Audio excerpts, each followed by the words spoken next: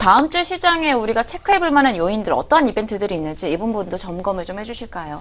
네, 말씀하셨다시피 또 올라오면 똑같은 이야기를 할 수밖에 없습니다. 왜냐하면 또 장이 빨리 올라왔기 때문이죠. 또 지금 상황에서 사실 저는 모르겠습니다.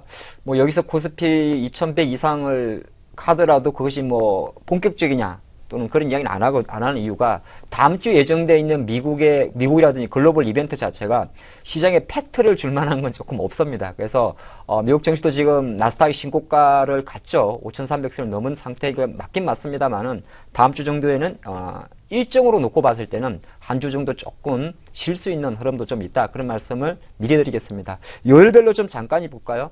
월요일 같은 경우는 미국은 8월 신규 주택 매매가 발표가 됩니다. 사실 뭐 지금 미국의 주택 시장은 이게 어제 나왔던 미국의 기존 주택 매매였나요? 약간 시장이 기대치를 하회했는데 주택 시장은 사실 지금 모기지론의 금리가 낮기 때문에 계속 좋습니다. 그래서 그 좋은 현상 자체를 이어가지 않겠나 볼 수 같고 오히려 화요일 날 열리는 글로벌적인 이슈에서 알제리 비공식 회담이 있죠. 국제 에너지 포럼인데요.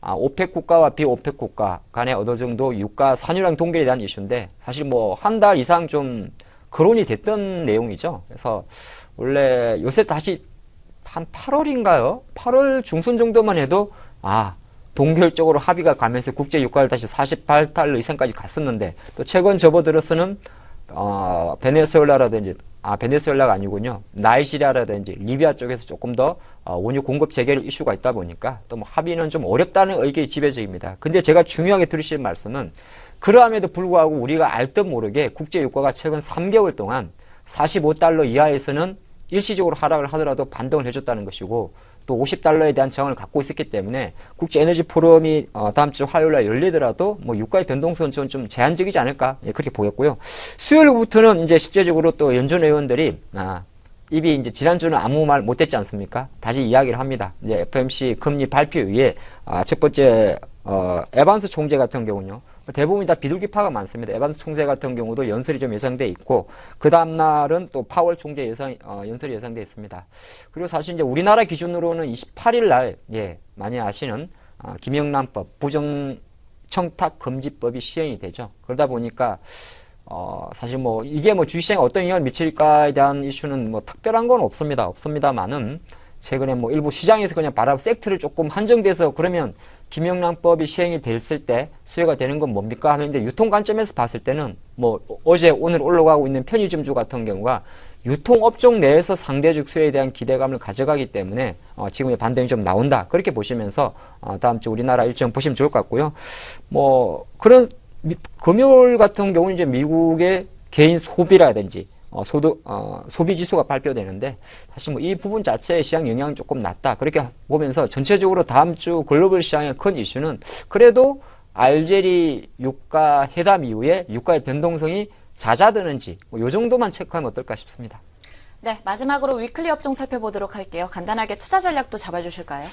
네, 조금 틀이 바뀌었어요. 이제 코스피는 오히려 2050선에 대한 행보를 조금 고민해야 될 파인데 시장의 관심이 과연 이번에는 코스닥이 오히려 700선까지 갈 수 있느냐? 이게 조금 관심이 간다 그렇게 봅니다. 뭐 그렇다고 코스닥이 계속 갈 건 아니에요. 하지만 최근에 워낙 코스피 대비 상대적으로 억눌렸기 때문에 조금 더 코스닥 시장에 대해서 다음 주를 기대한다 그런 말씀 드리겠고요. 일단은 아까도 말씀드렸지만은 코스피 쪽에서는 이 자동차 섹터가 아무래도 삼성전자라든지 일부 IT 종목들이 쉬어갈 수 있는 타이밍이 좀 있습니다. 그 타이밍을 자동차 섹터가 코스피를 잡아주는지 여부를 다음 주 시장에 바로 밑으로 보면 좋을 것 같습니다. 그렇다고 제가 뭐 현대차 13만원 오늘 넘어선 거에 큰 의미는 부여하지는 않습니다. 어떻게 보면 그 시장을 잡아주는 업종으로 보고요. 그럼 우리가 좀 공략할 수 있는 관심을 가는 섹터는 뭐냐 하면은 이번 주 아까 움직였던 그 섹터가 거의 같이 갈 가능성이 많습니다. 뭐 일부 오일류주라든지 또 화장품주 이런 종목들. 어떻게 보면 또 10월 초순이 중국의 국경절이기 때문에 뭐 사드 예판에 조금 부진한 건 있습니다만은 시장이 조금 박스권 반등을 들어올 수 있다. 그렇게 보면서 전체적으로 코스닥에서는 바이오주도 작지만은 일부 기술적 반등을 좀 노리는 신호가 어제부터 시장이 좀 부착되고 있다. 그렇게 볼 수 있겠습니다.